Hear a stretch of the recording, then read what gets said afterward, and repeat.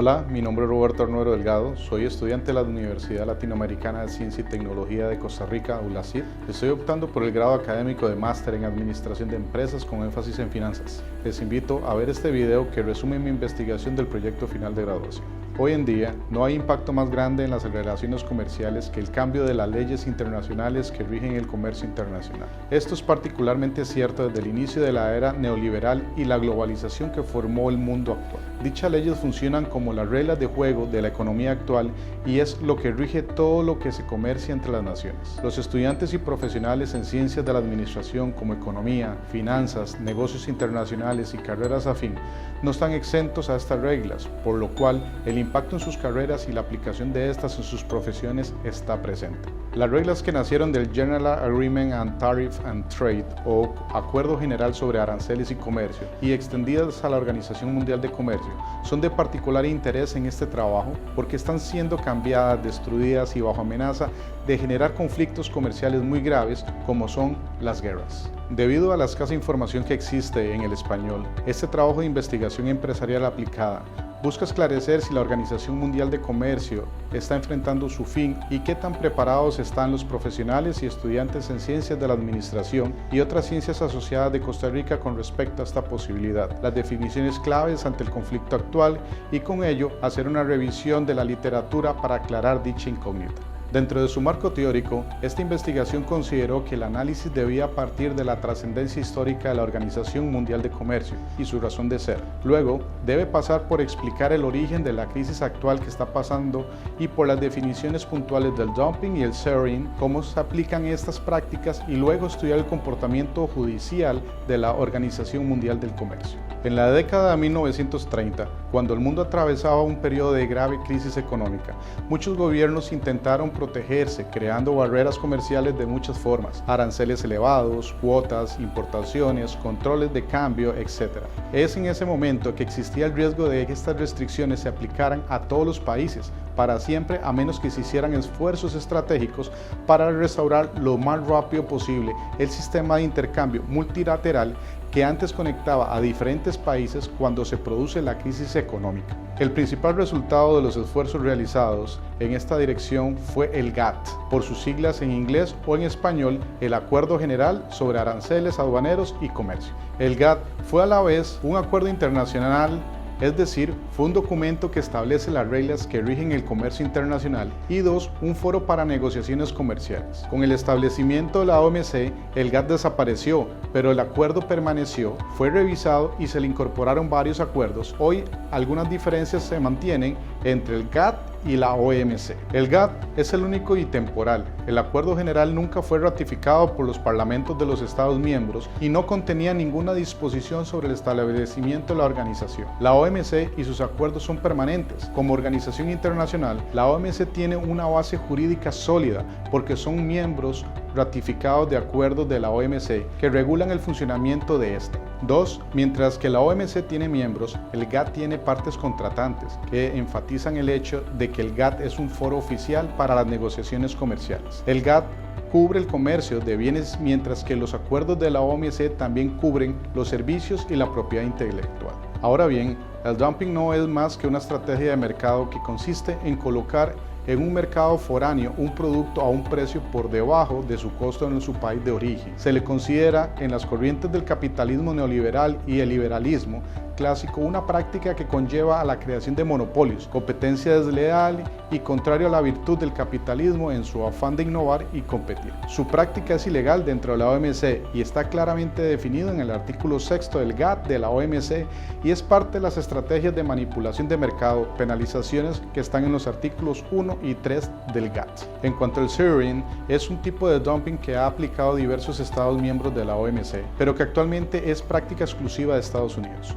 Consiste en usar la metodología del valor normal medio ponderado con precios de transacciones de exportaciones individuales. La técnica se permite utilizar porque la OMC permite a cada estado calcular el dumping a conveniencia. No obstante, Desde la decisión de la OMC respecto al caso conocido como el Easy Bet Line del 2001, solo se conoce que sea Estados Unidos el que practique el zeroing. Esta técnica aplicada resulta en una práctica consistente con desestimar o asignar un valor nulo a los márgenes del dumping calculados. La definición de dumping y zeroing son fundamentales porque son términos que se consideran negativos dentro del comercio internacional. Allí es donde este trabajo apunta la investigación de campo, encuestar a estudiantes y profesionales en ciencias de la administración como economía, finanzas, negocios internacionales y carreras afín para entender qué tanto saben del tema que es origen de la crisis actual de la OMC. La encuesta consistió en 13 preguntas hechas a una población de 400 personas, con una muestra de 104 de ellas, todas relacionadas a los campos profesionales anteriormente señalados. Se orientó en buscar las opiniones de las personas para poder ilustrar sus conocimientos,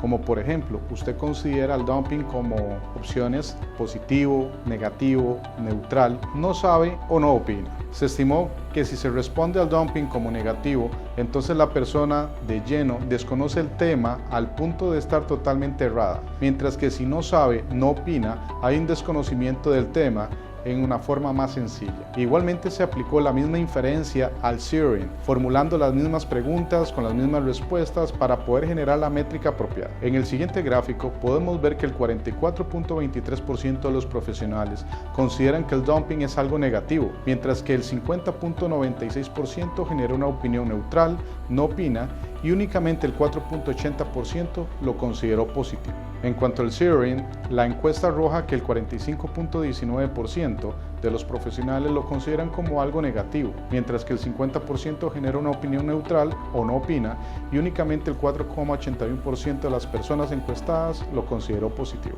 Luego, aguas abajo en la encuesta, siguiendo con las preguntas, la gente desconoce que la OMC está pasando por una crisis o una estructura fundamental, es decir, hay una concentración de opiniones que muestran un total desconocimiento de la situación actual. La única pregunta que los participantes parecen tener una noción clara es la número 13, pregunta la cual dice ¿cuáles serían los resultados posibles si la OMC dejase de existir? 80 personas de las 104 encuestadas creen que el fin de la OMC supone una situación que promueve las guerras económicas con posibles guerras en caliente capaces de un desastre como resultado. Dentro de la revisión literaria, pudimos probar que los encuestados no tienen el conocimiento fundamental. Se hace la exploración a fondo del tema. Primero, se muestra que no existe información sustancial en español, por lo que se debe recurrir a documentación en inglés. Segundo, el estudio de la crisis se soporta también en los trabajos presentados en el 2023 por Estados Unidos y China, dos de las potencias más activamente involucradas en esta crisis. Ahí se describe que el origen de la crisis no es naturaleza ideológica entre las potencias. Otra de las preguntas en las que los encuestados en su mayoría respondieron erróneamente. La revisión muestra que la crisis es meramente de interés económico.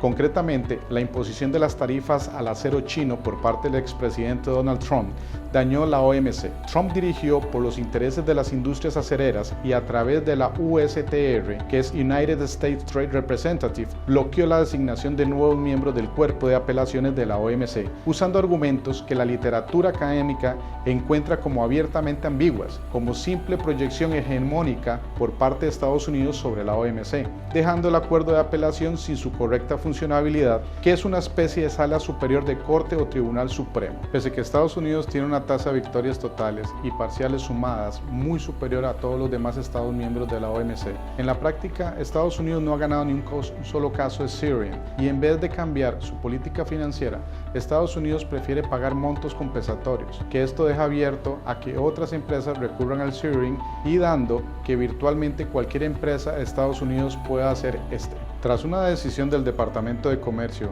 en un caso del 2010 conocido como las carteras de Taiwán, entonces todas las empresas que quieran aplicar esta manipulación de mercado quedan expuestas a demandas dentro de la OMC que simplemente resultan en pérdidas millonarias para los Estados Unidos. Desde el bloqueo de designación de Trump, solo quedó un juez de cuerpo de apelaciones y solo bajo la situación crítica en la que se encuentra la OMC es que los Estados Unidos ganó su primer caso de zeroing, un caso que involucra a Estados Unidos usando el zeroing en contra de Canadá como lo hizo en el tema maderero. Entonces, se interpreta que la decisión de bloquear las designaciones responden al zeroing. La Unión Europea ha tratado de negociar para que el estancamiento deje de existir, pero ha sido infructuoso y actualmente el remedio planteado por la Unión Europea ha sido la creación del Murray Party, Interim Appeal Arbitration Agreement o acuerdo de arbitraje de apelación provincial de múltiples partes, pero sin la presencia de Estados Unidos.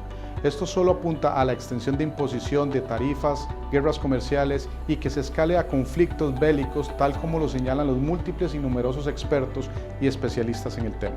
Como conclusión, podemos decir que la encuesta logró mostrar que no hay un entendimiento claro de definiciones importantes que están relacionadas con la OMC, pese a que su función es crucial y representa un organismo que es fundamental para el comercio como se conoce actualmente. Además, la literatura permite contrastar las fallas de conocimiento de los estudiantes con los hechos actuales y muestran que las perspectivas son bastante tétricas para la sociedad humana actual, por lo cual se incentiva a un cambio de pedagogía a los profesionales en las conclusiones. Además, podemos decir que no existe una formación integral en el profesional involucrado en las carreras relacionadas a economía, comercio y negocios, a menos generalizadamente.